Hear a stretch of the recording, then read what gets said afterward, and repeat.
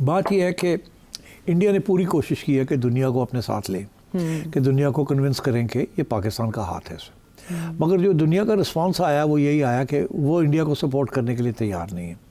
और उसकी वजह सिंपल सी ये है कि दुनिया को बेवकूफ़ तो नहीं है, उनकी भी इंटेलिजेंस एजेंसियाँ हैं, उनको भी बहुत कुछ पता है। तो उन्होंने यही फैसला किया सबने कि ये इसमें पाकिस्तान का हाथ नहीं है। अच्छा। अगर होता तो आपको पता ही है कितने एंटी पाकिस्तान दुनिया बनी हुई है इस वक्त।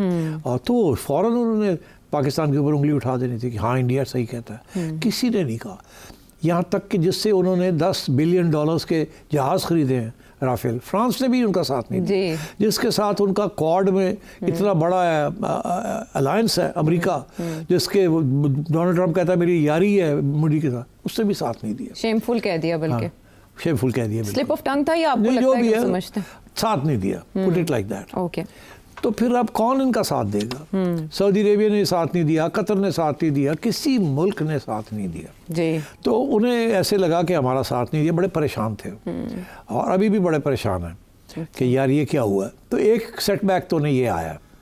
उसके बाद उन्होंने अब बात को छेड़ दी थी, अवाम उनकी तैयार कर ली थी उन्होंने जंग के लिए, और कोई ना कोई कार्रवाई करनी है तो फिर कार्रवाई करनी पड़ी, फिर सोच समझ के करनी पड़ी कि अब करें क्या। पहले शायद कोई और प्लान था, अब ये है कि जी चलो हम कहते हैं कि टेररिज्म के ठिकाने हैं और उनको हम करते हैं। अच्छा, जब उन्होंने टेररिज्म के ठिकानों के ऊपर ये किया सब कुछ, तो उससे भी उन्हें कोई सेटिस्फेक्शन नहीं मिली, बिकॉज वहाँ तो कोई टेररिस्ट है ही कोई नहीं, वहाँ तो सिविलियंस थोड़े से थे, उनको उन्होंने मार दिया। बच्चे भी तो वो भी अब इनके खिलाफ कही बात कि भाई वो टेररिस्ट कहाँ थे, वो दाढ़ी वाले हथियार लेके बैठे हुए, उनकी हमें तो लाशें चाहिए थी, वो तो मिली कोई नहीं, वहाँ तो था ही कोई नहीं। तो एक तो ये भी एक धक्का लगा, तो नाराज़ तो बहुत है, वो अपसेट है कि ये हमारा मकसद पूरा नहीं हो रहा। उधर से उनकी जो आवाम है वो उनको इतना तैयार कर लिया था कि वो अब सेटिस्फाई नहीं हो रही, वो कह रही है ये क्या है। तो फिर जब हमने कार्रवाई की उसके ऊपर तो उनके जहाज़ गिरा दिए हमने, वो तो और भी धक्का लग गया उनको, और भी ज़ख्मी हो गए हैं वो कि एक तरफ दुनिया नहीं यकीन कर रही, दूसरी तरफ हमारी पिटाई भी हो गई है, तो अब हम करें क्या जी। तो इस सिचुएशन में that is where we find ourselves today. Okay, इसका मतलब है वो अपनी सुबकी छुपाने के लिए ये ड्रोन्स भेजे गए हैं दोबारा। अब ये अगला सवाल ये आ गया कि दो सवाल खड़े हो गए ना, हाँ। कि अभी तक पाकिस्तान ने उनके जहाज़ गिरा दिए जी, अब उसके ऊपर डिबेट शुरू हो गई है। पाकिस्तान कहता है हमने 5 जहाज़ गिराए हैं और 1 ड्रोन गिराया है, और वो कहते हैं कि वो तो मानते, एक भी नहीं मानते जी, वो एक भी नहीं। द हिंदू की पोस्ट क्यों उतार ली गई, रिमूव क्यों कर ली गई? बात ये है कि वहाँ और भी मीडिया ये सवाल पूछ रहा है। एक्सप्रेस वालों ने भी ये, उनका रिपोर्टर ने रिपोर्टिंग की थी। अच्छा। बाकी 3 जहाज़ जो गिरे हैं कश्मीर के अंदर, एक जहाज़ जो गिरा बठिंडा में, उसकी रिपोर्टिंग की थी हिंदू के रिपोर्टर ने, तो वो उसके ऊपर प्रेशर बढ़ा, उन्होंने वो स्टोरी विड्रॉ कर ली। मगर बात तो बाहर आ गई है, वहाँ इंडिपेंडेंट 4-5 इंडिपेंडेंट उनके भी एक्सपर्ट्स हैं जिन्होंने ये सवाल खड़ा कर दिया कि आप अगर जहाज़ नहीं गिरे हैं तो आप रोक क्यों रहे लोगों को जाने को?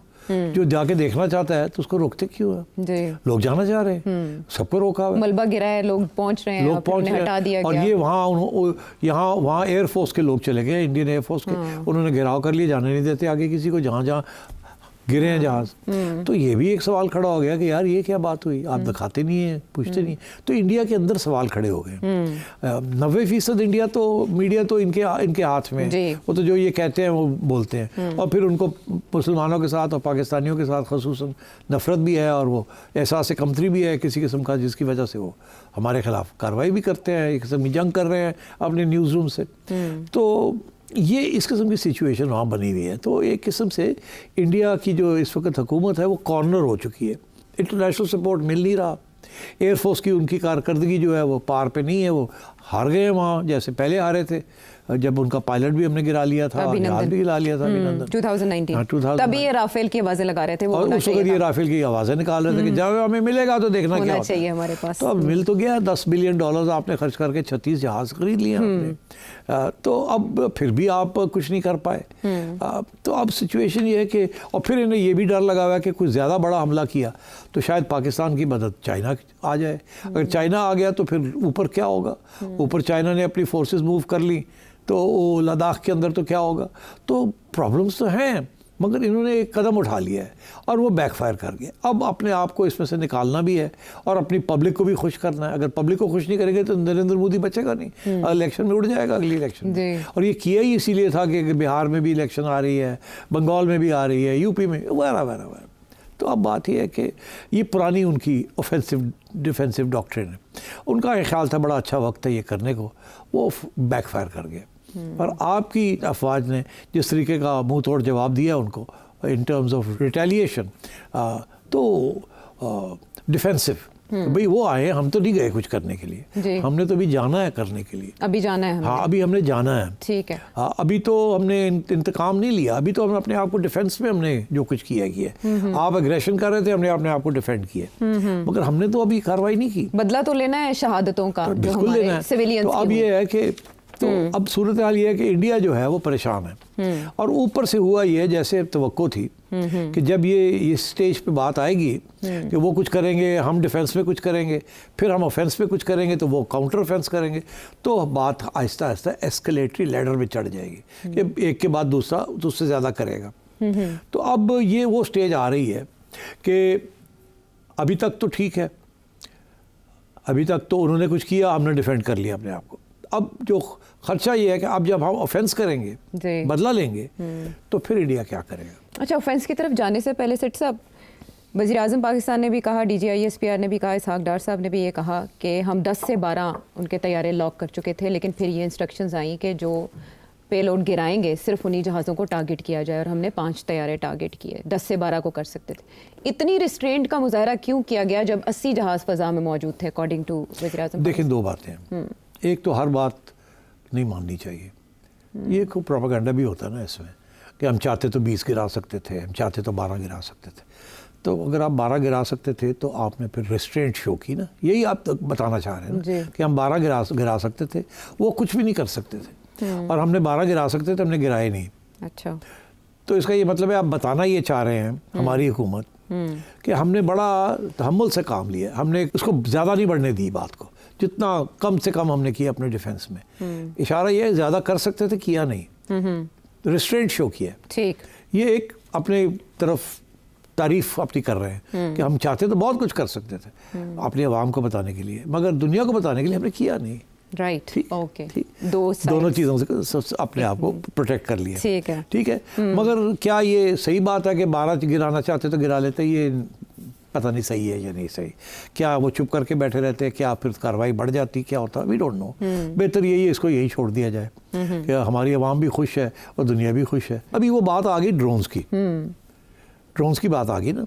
2 ड्रोन्स है ना, एक उनकी तरफ से आज जो आई हैं, ये क्यों आई हैं, इसका क्या मकसद है? 29 और हमारे पे इल्ज़ाम ये लग रहा है कि हमने भी ड्रोन्स मारी है जिसकी वजह से ये आई है। जी, वो 15 के करीब टारगेट्स इंडिया के मुताबिक, इंडियन मीडिया के मुताबिक, और गवर्नमेंट के मुताबिक, इंडियन गवर्नमेंट के मुताबिक, गवर्नमेंट के मुताबिक। ठीक, तो दोनों को ज़रा देख लेते हैं। पहली बात तो ये है कि ये मेरा मौक़िफ़ ये है कि यहाँ ये भी फॉल्स फ्लैग ऑपरेशन है। ये जो उन्होंने अपनी ये जो ड्रोन्स गिरी है ना सिखों के ऊपर, पंजाब में गिरी हैं, इंडियन पंजाब में गिरी है, राजस्थान में इधर उधर, लुधियाना, अमृतसर, और वो भी एक फॉल्स फ्लैग ऑपरेशन किया है इन्होंने। ओहो, अच्छा। और किस लिए? ताकि ये अपनी ड्रोन्स यहाँ भेज सकें। ओके, उसके बदले के तौर पर बता सकें कि देखिए पाकिस्तान ने रात को किया, हमने दिन के वक्त कर दिया, ये इल्ज़ाम है कि पाकिस्तान ने रात की पाकिस्तान की ड्रोन्स आई। पहली बात तो ये है कि किसी ये जो इन्होंने किया ना, जो कि पंजाब, इंडियन पंजाब में लगाई हैं जो ड्रोन्स, और पाकिस्तान का नाम लगा दिया, ये पाकिस्तान को सिखों के दरमियान बदनाम करने के लिए, क्योंकि वो है ना एक सिंपथी पाकिस्तान के लिए, खालिस्तान के जो सेंटिमेंट है, जी, तो वो सिखों को ये कहने के लिए कि ये देखें पाकिस्तान की ड्रोन्स आपके ऊपर गिर रही हैं। दरअसल ये बिल्कुल उसी किस्म की बात है जो हिंदुओं को जो मारा गया वहाँ पहलगाम में, ये सिखों के ऊपर भी गिरा के इशारा के पाकिस्तान ने किया, मजहबी मुनाफरत के लिए इस्तेमाल करें। तो ये इंडियन सिख्स की सिंपथी लेने के लिए, हमदर्दी लेने के लिए ये पाकिस्तान का नाम लगाया जा रहा है। जैसे वहाँ जिसके लिए जवाज बनाया था, ये फिर वही है।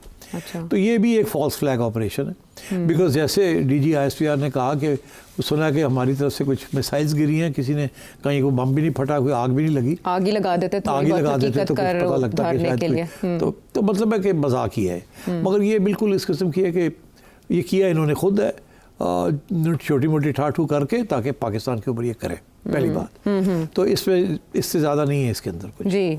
दूसरी बात ये है कि इन्होंने क्यों किया ड्रोन्स के साथ हमला।